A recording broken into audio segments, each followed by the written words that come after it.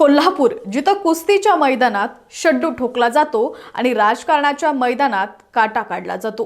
कोल्हापूर महानगरपालिकेच्या निवडणुका जाहीर झालेल्या आहेत, पण चर्चा उमेदवारांची नाही तर चर्चा आहे एका नावाची, आणि ते नाव म्हणजे कृष्णराज धनंजय महाडिक।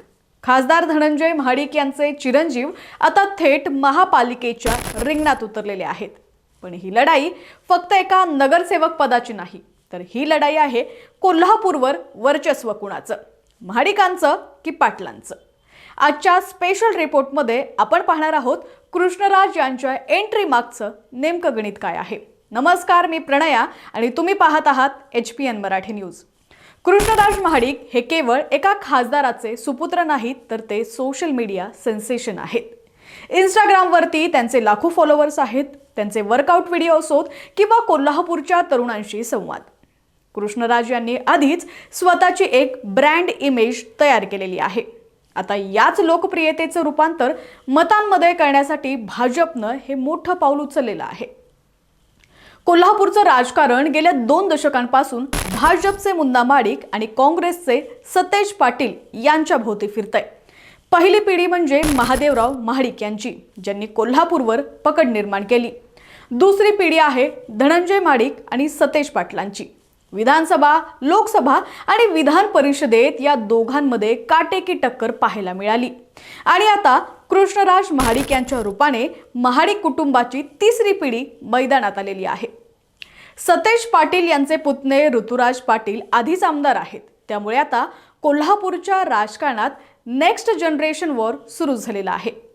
काही महिन्यांपूर्वी झालेल्या विधानसभा निवडणुकीत कृष्णराज महाडिक कोल्हापूर उत्तर किंवा दक्षिण मधून लढण्यासाठी इच्छुक होते, मात्र युतीच्या जागा वाटपात ती समीकरणं जुळून आलेली नाहीत। आता महापालिकेतून विजय मिळवून आपला राजकीय पाया मजबूत करण्याचा कृष्णराज यांचा प्रयत्न आहे। प्रभाग क्रमांक 3 म्हणजेच प्रतिभानगर हा महाडिक कुटुंबाचा बालेकिल्ला मानला जातो। तिथूनच त्यांनी शड्डू ठोकलेला आहे।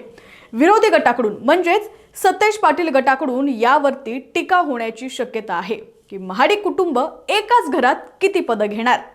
पण कृष्णराज यांचा युथ कनेक्ट आणि त्यांची कामाची पद्धत या टीकेला कसं उत्तर देते हे पाहावं लागेल। महापालिकेत भाजपची सत्ता आणण्यासाठी युवा चेहरा म्हणून कृष्णराज यांच्या खांद्यावर मोठी जबाबदारी आहे।